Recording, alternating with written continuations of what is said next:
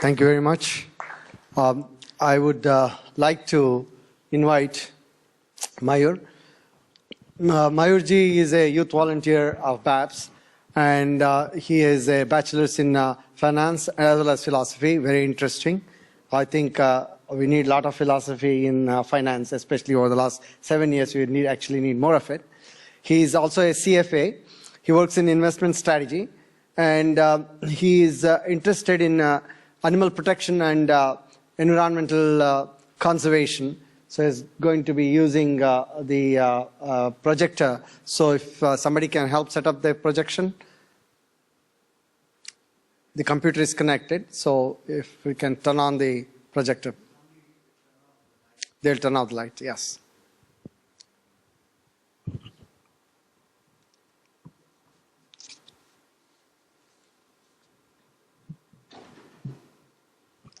Just a couple of minutes, it's going to be done.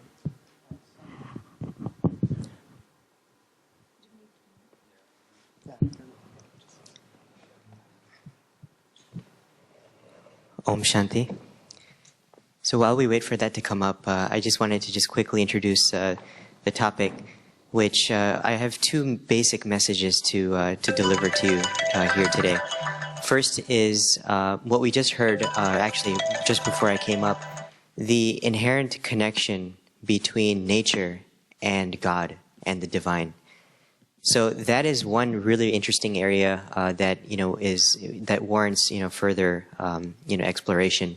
And secondly, it's what can we take back? What can we take from this? What are active steps that we can take to actually protect the environment, which is all of our goal here today. So firstly is the idea of the connection between nature and God. So in the Upanishads, right, which is a part of the corpus of Vedic literature, the Isha Upanishad famously states, Isha vasyam idam sarvam yat kincha jigatyan jagat tena tyaktena bhunjitaha ma gruda kasya svidhanam.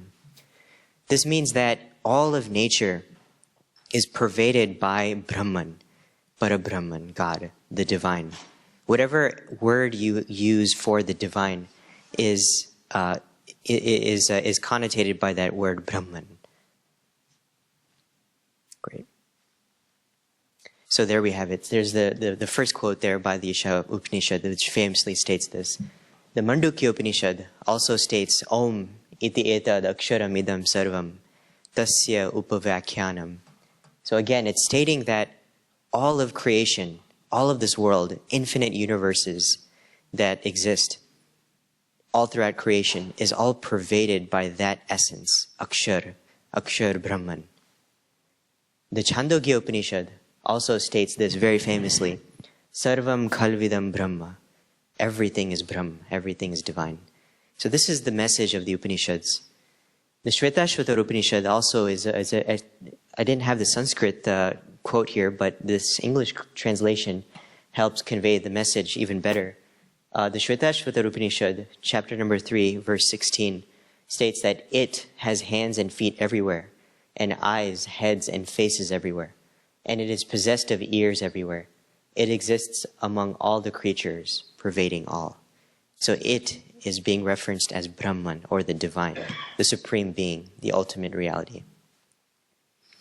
Continuing in chapter 4, verse 4, it says, You indeed are the blue bee. You indeed are the green parrot having red eyes. You indeed are possessed of lightning in your womb.